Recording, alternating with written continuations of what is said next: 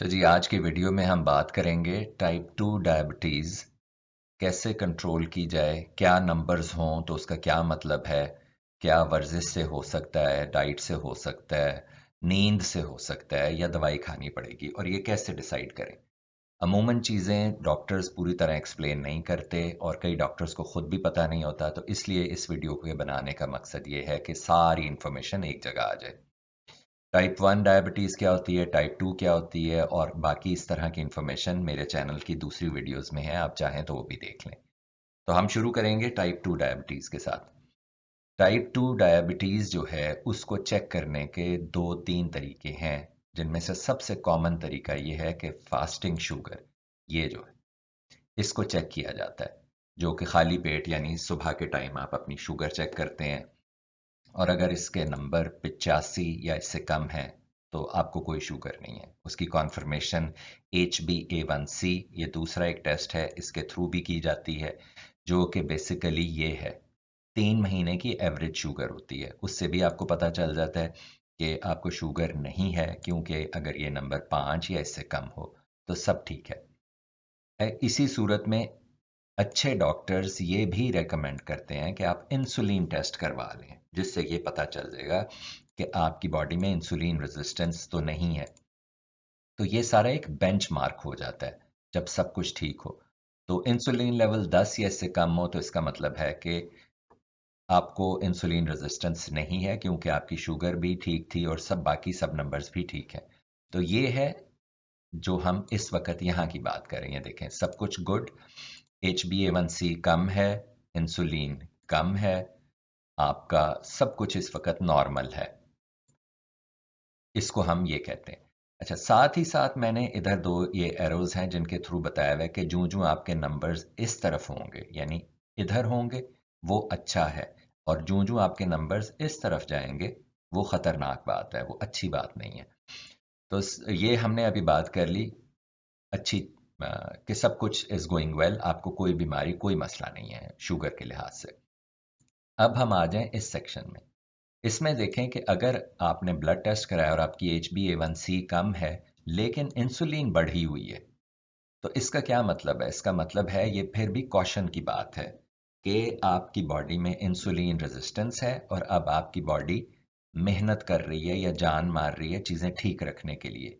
अगर सब कुछ ठीक होता तो ये होता, यानी कि शुगर भी, HbA1c भी कम होती, इंसुलिन भी कम होती। लेकिन इस केस में आप ये देखें, ऑल्दो HbA1c कम है लेकिन इंसुलिन बढ़ी हुई है, इसका मतलब है आपकी बॉडी में इंसुलिन रेजिस्टेंस है। अब देखें ये कैसे होता है कि आपकी शुगर का लेवल फास्टिंग का 85 से ऊपर आएगा, आपकी HbA1c 5 से ऊपर आएगी और आपका इंसुलिन का लेवल 10 से 20 के दरमियान होगा।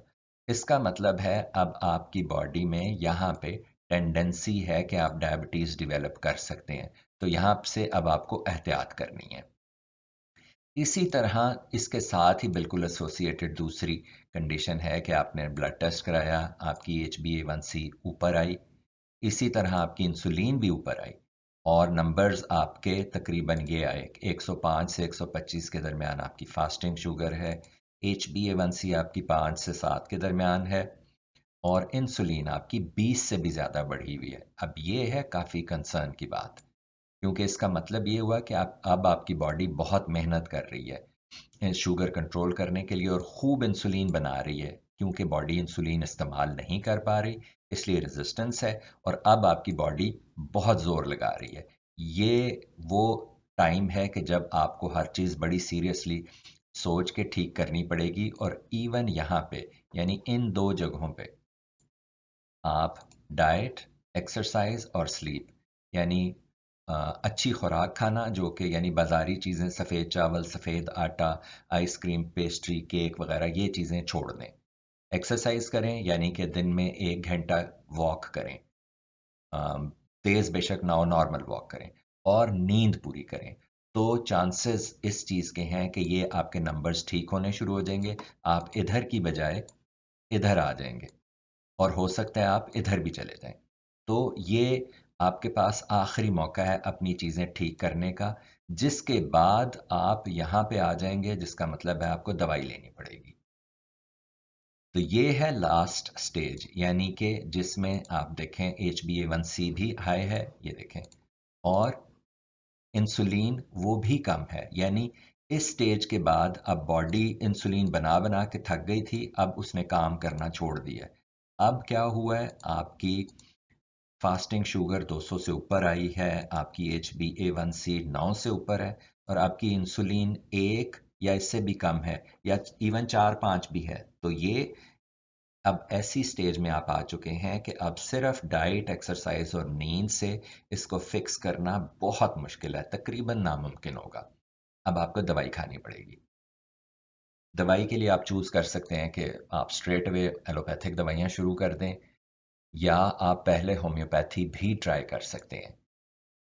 ये कितनी देर से ये ख़राब है, ये उस पे डिपेंड करेगा। अगर बहुत देर से ख़राब चल रहा है और आपको बाकी बहुत सिम्टम्स आ रहे हैं, मिसाल के तौर पे इंतहाई खुश्क मुंह, बार बार पानी पीना पड़ रहा है और बहुत ज़्यादा पेशाब आ रहा है, तो फिर मुनासिब होगा कि आप एलोपैथिक दवाई शुरू कर दें।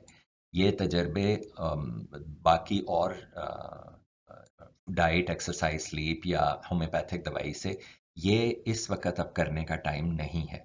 तो आप पहले दवाइयों से, एलोपैथिक दवाइयों से ये सारा कुछ कंट्रोल करें, साथ ही डाइट, एक्सरसाइज और नींद से कंट्रोल करने की कोशिश करें, और साथ ही होम्योपैथिक दवाइयाँ भी बेशक शुरू कर दें। कोई भी अच्छा होम्योपैथ अगर आप उसकी दवाई खाएंगे तो विद इन 1 मंथ, 1 महीने के अंदर अंदर आपको अपने नंबर्स में तब्दीली नजर आएगी और ये सब कुछ गिरना शुरू हो जाएगा, यानी इम्प्रूव करना शुरू हो जाएगा। नहीं होता तो आप एलोपैथिक दवाई लें, ज़्यादा तजर्बे करने की ज़रूरत नहीं है। तो ये पूरा का पूरा अब आपने देख लिया कैसे है कि अगर सब कुछ ठीक है तो आपके नंबर्स ये होंगे। अगर आप कॉशन की ज़रूरत है और चीज़ें इम्प्रूव करनी है तो ये नंबर्स होंगे।